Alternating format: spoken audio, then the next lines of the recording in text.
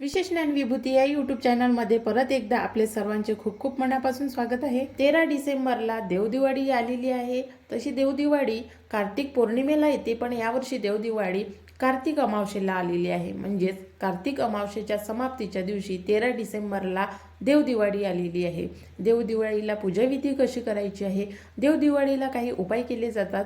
विशेष करून देवदिवाळीला नदीमध्ये स्नान करण्याचे महत्त्व आहे आणि नदीकाठावर दिवे लावण्याचे सुद्धा महत्त्व आहे। तर आजच्या व्हिडिओमध्ये याविषयी आपण संपूर्ण माहिती जाणून घेणार आहे, त्यामुळे व्हिडिओ शेवटपर्यंत बघा। आणि जर तुम्ही चॅनलवर नवीन आहात तर चॅनलला सबस्क्राईब करा। दसरा दिवाळी झाल्यानंतर देवदिवाळी येते आणि देवदिवाळी झाल्यानंतर नागदिवाळी येते। तर नागदिवाळी आणि देवदिवाळी याचे महत्त्व काय आहे तर ते सुद्धा आजच्या व्हिडिओमध्ये आपण जाणून घेणार आहे। त्यासोबतच देवदिवाळीला आपल्या ज्या समस्या आहेत त्या समस्यातून मुक्ती मिळवण्यासाठी आणि आपल्या घरामध्ये धनप्राप्तीसाठी आपल्याला देवदिवाळीच्या दिवशी एक मंत्र जाप करायचा आहे। मंत्र सुद्धा तुम्हाला आजच्या व्हिडिओमध्ये सांगणार आहे। तसेच देवदिवाळीला 7 दिव्यांचा आणि 7 फुलांचा उपाय करायचा आहे। हा उपाय कशासाठी करायचा आहे तर आपल्या घरामध्ये सुख शांती समृद्धी नांदण्यासाठी, तसेच धनाची कोणतीही आपल्याला कमतरता नसावी, आपल्या घरामध्ये सदा सर्वदा धन यावं म्हणजे पैसा यावा, त्यामध्ये कोणतेही अडथळे येऊ नये यासाठी हा उपाय आहे। तर उपाय कसा करायचा आहे चला तर मग व्हिडिओद्वारे जाणून घेऊया। देवदिवाळीचे खास वैशिष्ट्य आणि महत्त्व म्हणजे आपल्या हिंदू धर्मामध्ये देवदिवाळीला विशेष करून पूजनीय मानले जाते आणि वाईटावर चांगल्याचा विजय म्हणून देवदिवाळीच्या दिवशी सर्व देवी देवतांचं पूजन केलं जाते। विशेषतः भगवान शंकरजीचं आणि भगवान विष्णूचं पूजन केलं जाते। असं म्हणतात की देवदिवाळीच्या दिवशी भगवान शंकरजीने त्रिपुरासुर राक्षसाचा वध केला होता, त्यामुळे देवदिवाळी साजरी केली जाते। आणि म्हणूनच देवदिवाळीच्या दिवशी नदीमध्ये स्नान करून आपले जे संपूर्ण पाप असेल, आपले जे दुःख असेल, कष्ट असेल, तर या दिवशी नदीवर आंघोळ केली जाते। आणि असं म्हणतात की या दिवशी जर तुम्ही नदीवर स्नान केलं आणि मंदिरामध्ये जाऊन पूजा अर्चा केली तर तुमचे जेही दुःख असेल, जेही तुमच्यावरील संकटे असतील, तसेच ज्या अडचणी असतील त्या संपूर्ण दूर होतात आणि तुम्हाला तुमच्या पापातून सुद्धा मुक्ती मिळते। म्हणून देवदिवाळी हा अतिशय पवित्र आणि महत्त्वाचा दिवस असतो आणि देवदिवाळीच्या दिवशी नदीकाठी दिवे लावले जाते। संध्याकाळच्या वेळी नदीकाठी दिवे लावले जाते। नदी तीरावर आपल्याला जर आपण बातम्यामध्ये सुद्धा दाखवतात की वाराणसीला, काशीला देवदिवाळीच्या दिवशी, या दिवशी एकतर पौर्णिमा असेल किंवा मग अमावस्या असेल, यावर्षी ही देवदिवाळी अमावस्येला आलेली आहे। तर त्यामुळे यावर्षी वाराणसीला आणि काशीला नदीकाठावर लोक दिवे लावतात, लोक दिवे दान करतात।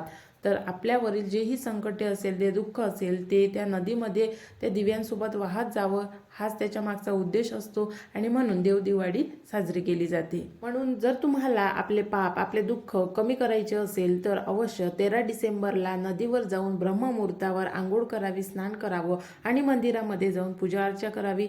मग ते मंदिर भगवान शंकरजीचं असेल किंवा भगवान विष्णूचं असेल, माता लक्ष्मीचं असेल, तर त्या मंदिरामध्ये जाऊन पूजा अर्चा करावी। आणि जे नदीचं, गंगेचं पाणी आहे किंवा तुम्ही ज्या नदीमध्ये आंघोळ करत आहात, तर प्रत्येकजण वाराणसीला किंवा गंगेच्या नदीमध्ये स्नान करू शकत नाही, तर आपल्या आजूबाजूला जेही कोणती पवित्र नदी असेल तर अशा नदीमध्ये स्नान केलं तरी चालेल।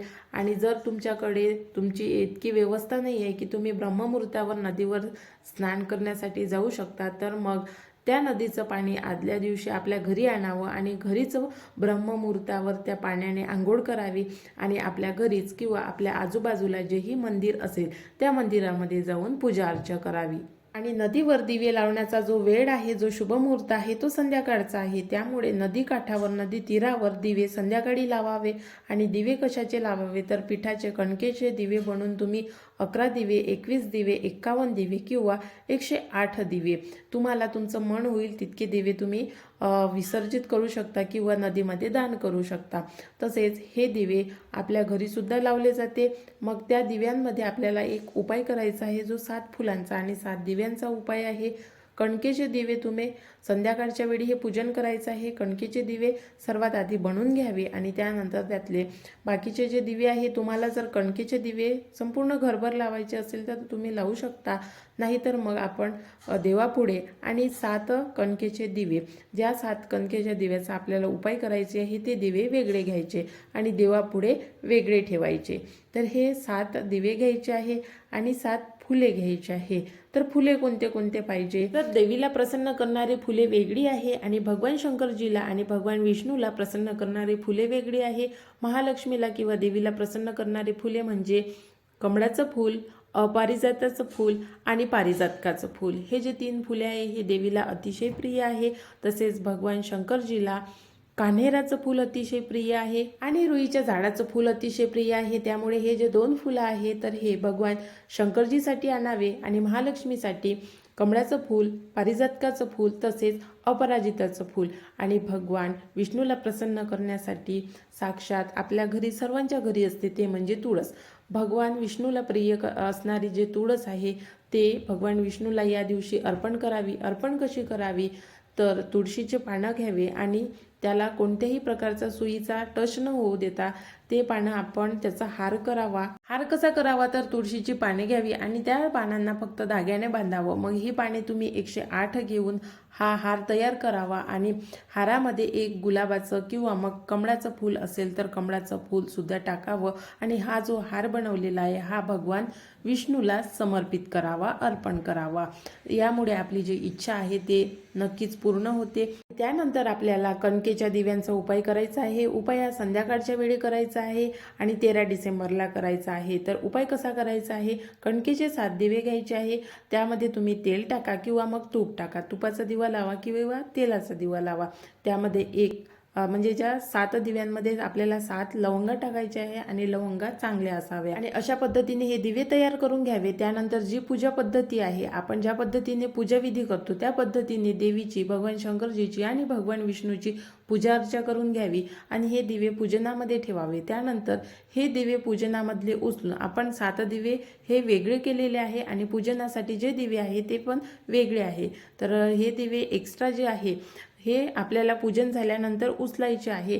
तर हे दिवे उचलून आपल्याला पूजनामधले आपल्या घराच्या मुख्य दारावर आणि आपल्या घराच्या गेटवर हे दिवे ठेवायचे आहे। दिवे कसे ठेवायचे आहे, तर दिव्यामध्ये आपण लवंग टाकलेलीच आहे आणि त्यानंतर जिथे आपण दिवे ठेवत आहोत आधी तिथे फूल ठेवावं आणि त्या फुलावर हा दिवा ठेवावा।